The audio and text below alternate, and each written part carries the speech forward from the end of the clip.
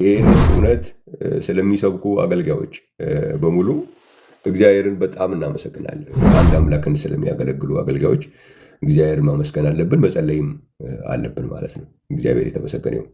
ይህንን እውነት እየሰበካችሁ ሰይጣን ቁጭ ይላል ማለት አይደለም። ይሄ ትልቅ እውነት ነው። ይሄ የሰማይ ጉዳይ ነው። በጣም ትልቅ እውነት ስለሆነ ይህንን ትልቅ እውነት ስትገልጡ ደግሞ ሰይጣን አነጣጥሮ ብዙ አይነት ውጊያዎች ያደርጋል። እኛ ወደ ሰው ልናስተላልፍ እንችላለን እንጂ ሰው አይደለም የሚዋጋው፣ አጋንንት ነው። ስለዚህ ይህንን የአንድ አምላክ ወንጌል ስለሚሰብኩ ስላለፉትም አሁን ስለነ ሙሴ እንደነቃል። ፈርዖን ከነሰራዊቱ ሲከተለው ነበረ። ሊባርኩት አይደለም የሚከተሉት፣ ግን ይህንን አምላክ ስለገለጠው ህዝቡ ደግሞ ይህንን አምላክ እንዲያመልኩ እያደፋፈረ ስለሆነ ነው ፈርዖን ከነሰራዊቱ ሲከተለው የነበረው። አስቀድሞ የተጻፈው ለትምህርታችን ተጽፏል። ዛሬም የአንድ አምላክን ትምህርት የሚያስተምሩ አታክ ይደረጋል።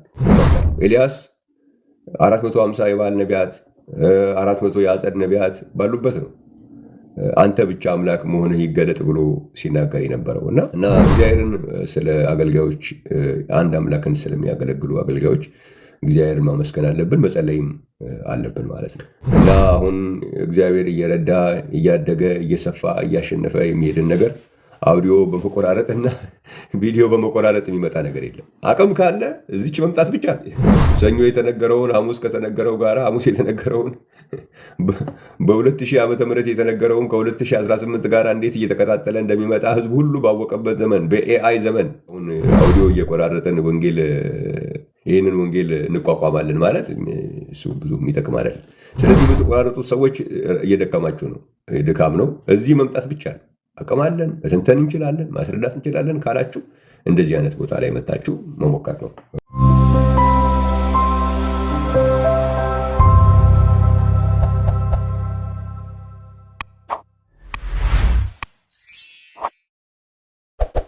እሺ፣ ሁላችሁንም ሰላም ብያለሁ። በጌታ በኢየሱስ ስም ሰላም ብያችኋለሁ። እግዚአብሔር ይመስገን። እንግዲህ ደግሞ ሳምንቱ እንዴት እንደሚሄድ አይታወቅም። ዞሮ ገጠመ ነው የሚባለው።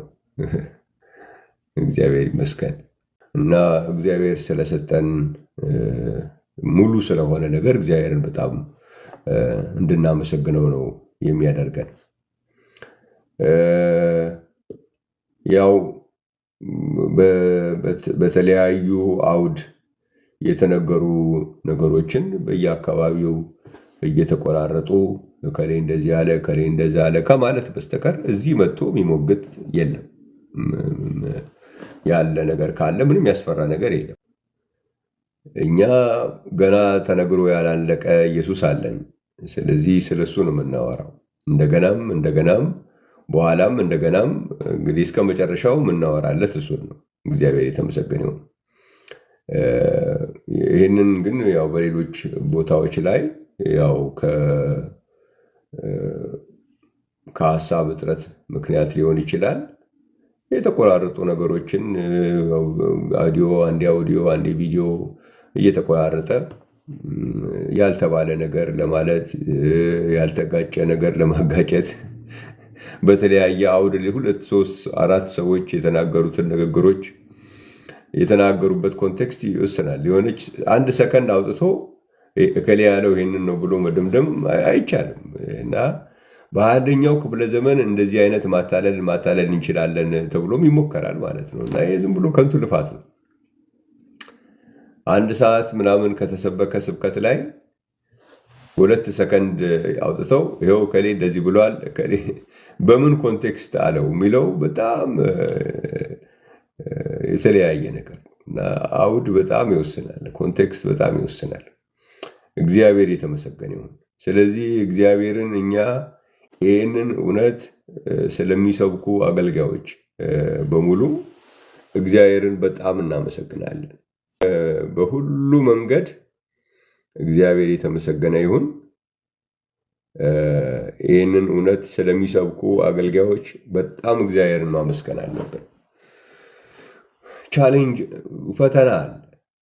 ይሄንን እውነት እየሰበካችሁ ሰይጣን ቁጭ ይላል ማለት አይደለም። ይሄ ትልቅ እውነት ነው። ይሄ የሰማይ ጉዳይ ነው። በጣም ትልቅ እውነት ስለሆነ ይህንን ትልቅ እውነት ስትገልጡ ደግሞ ሰይጣን አነጣጥሮ ብዙ አይነት ውጊያዎች ያደርጋል። እግዚአብሔር ይመስገን እኛ ወደ ሰው ልናስተላልፍ እንችላለን እንጂ ሰው አይደለም የሚዋጋው፣ አጋንንት ነው። ስለዚህ ይህንን የአንድ አምላክ ወንጌል ስለሚሰብኩ ስላለፉትም አሁን ስለነ ሙሴ እንደነቃለን። እግዚአብሔር ይመስገን ያ ሁሉ የፈርዖን ከነሰራዊቱ ሲከተለው ነበረ። ሊባርኩት አይደለም የሚከተሉት፣ ግን ይህንን አምላክ ስለገለጠው ህዝቡ ደግሞ ይህንን አምላክ እንዲያመልኩ እያደፋፈረ ስለሆነ ነው ፈርዖን ከነሰራዊቱ ሲከተለው የነበረው። ግድ ነው። አስቀድሞ የተጻፈው ለትምህርታችን ተጽፏል። ዛሬም የአንድ አምላክን ትምህርት የሚያስተምሩ በየአካባቢው በተለያየ መንገድ በተለያየ ዘዴ አሁን ቴክኖሎጂ በሚፈቅደው መንገድ ሁሉ አታክ ይደረጋል። የማይቀር ኤልያስ 450 የባል ነቢያት 400 የአጸድ ነቢያት ባሉበት ነው አንተ ብቻ አምላክ መሆንህ ይገለጥ ብሎ ሲናገር የነበረው እና ቀላል አይደለም። እግዚአብሔር የተመሰገነ ይሁን እና እግዚአብሔርን ስለ አገልጋዮች አንድ አምላክን ስለሚያገለግሉ አገልጋዮች እግዚአብሔርን ማመስገን አለብን፣ መጸለይም አለብን ማለት ነው። እግዚአብሔር የተመሰገነ ይሁን እና አሁን እግዚአብሔር እየረዳ እያደገ እየሰፋ እያሸነፈ የሚሄድን ነገር አውዲዮ በመቆራረጥና ቪዲዮ በመቆራረጥ የሚመጣ ነገር የለም። አቅም ካለ እዚች መምጣት ብቻ ነው።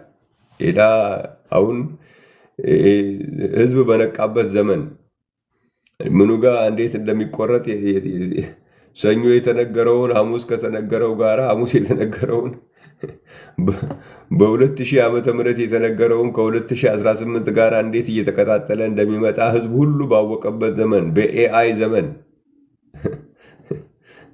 እጅ የሌለውን እጅ እየቀጠሉ በሚወራበት ዘመን ላይ አሁን አውዲዮ እየቆራረጥን ይህንን ወንጌል እንቋቋማለን ማለት እሱ ብዙ የሚጠቅም አይደለም።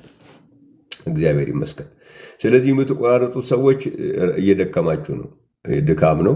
እዚህ መምጣት ብቻ ነው። አቅም አለን፣ መተንተን እንችላለን፣ ማስረዳት እንችላለን ካላችሁ እንደዚህ አይነት ቦታ ላይ መታችሁ መሞከር ነው የሚሆነው። ሌላው ስንገባ ጥያቄ እንጠየቃለን የሚል ምንድነው ሀሳብ አለ። ምን እንደማደርጋችሁ አላውቅም። እኔ ገብቶ ጥያቄ ለሚጠይቅ ሰው እድል እሰጣለሁ። የጥያቄ እድል ነው የምሰጠው። ከገባችሁ በኋላ ግን ያልተነገረ ተብሏል፣ ያልተባለ ተብሏል ካላችሁ የት ተባለ መባላችሁ አይቀርም። ምንድነው ታዲያ የምትደረጉት?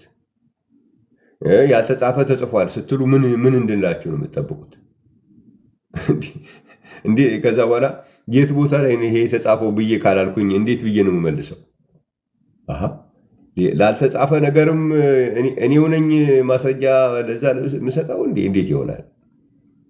ጥያቄ ካላችሁ ጥያቄ በተባለ ነገር ላይ፣ በተነገረ ነገር ላይ፣ በተጻፈ ነገር ላይ ነው መሆን ያለበት። ያልተጻፈን ነገር ተጽፏል ብላችሁ ስትጠይቁ የት ቦታ ነው የተጻፈው ከማለት ውጭ ሌላ ምን አይነት አማራጭ ይኖረኛል? እና ከዛ በኋላ ስሞታ ልንጠይቅ ገብተን ተጠየቀን ምን ይሻለናል? እኛ በቃ ተቸገርን እኮ ምንለው ነገር ጠፋን። እንዲህ የምትሉት ነገር እኮ የሚጠፋ ያለው ያልተጻፈ ነገር ስለምትሉ ነው።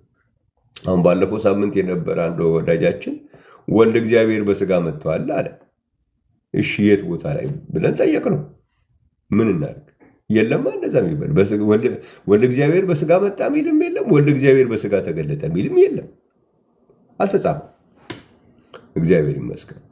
እና በስጋ ተገለጠ ተብሎ የተጻፈው አንድ ቦታ ላይ ነው ያለው፣ ብዙ ቦታ ላይ ነው ያለው አለ። እሺ የት ቦታ ላይ ነው? ምን እናድርግ? እንዲህ የፈለጋችሁትን ከተናገራችሁ በኋላ አለ ለተናገራችሁት ነገር ማስረጃ መጠየቅ እንዴት ነውር ሊሆን ይችላል? ማስረጃ የሌለው ነገር የተናገረው ሰው ነው ስህተት የሚሆነው ወይስ ደግሞ ማስረጃ አቀርብልኝ የሚለው ነው ስህተት የሚሆነው? ስለዚህ ጥያቄ ስትጠይቁ የተባለ ነገር ካለ በተባለ ነገር ላይ፣ የተጻፈ ነገር ከሆነ በተጻፈ ነገር ላይ ቢሆን ጥሩ ነው። ያልተጻፈን ነገር መጽሐፍ ቅዱስ እንደዚህ በሚለው መሰረት አንድ ጥያቄ ልንጠይቅህ ነው። እሺ ወልደ እግዚአብሔር በስጋ ተገለጠ ይላል፣ ትቀበላለህ አንተ? የሚለኝን ሰው ምንድን ነው ማድረገው? የት ቦታ ላይ ነው ያለው ብዬ ከማለት ውጭ ምንድን ነው ማድረገው?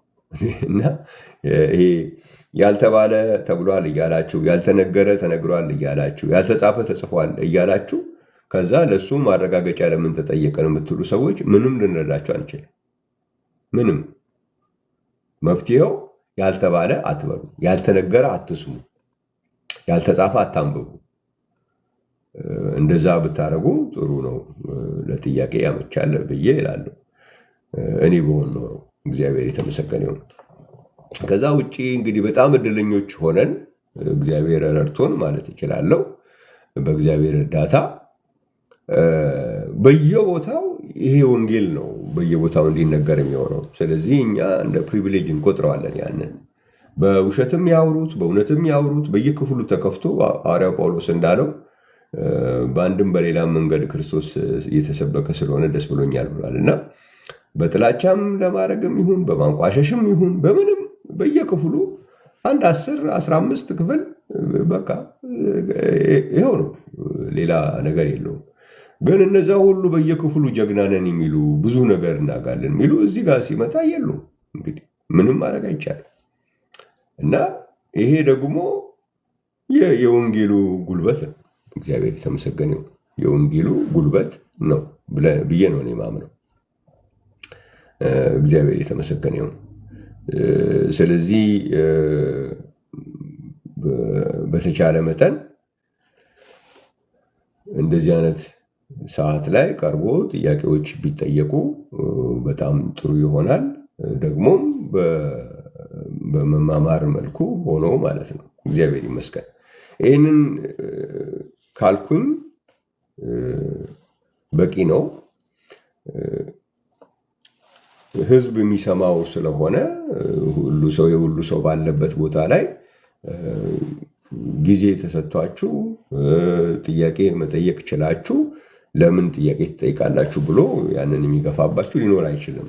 ካለም ህዝብ ነው የሚያየው እና በዚህ በኩል ጋራንቲው ራሱ ህዝብ የሚያየው ስለሆነ ምንም እንትን የሚል ነገር የለውም። ዝም ብሎ በየቦታው ላይ የእናቴ መቀነት አደናቀፈኝ አይነት ነገር እዛ ብንገባ ጊዜ አይሰጠንም፣ ወይ ደግሞ ከገባን በኋላ ዝም ብሎ ያስወጡናል።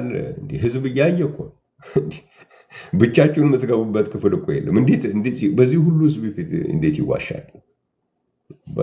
ዝም ብሎ አስወጡን። እንዴ እየተሳደብክ ሰው ህዝብ ሁሉ እየሰማ ዝም ብሎ አስወጡኝ እንዴት ይባላል? አይሆንም። እና በጣም ደስ ብሎን ነው የምናስገባቸው እና በርቱ ለማለት ነው።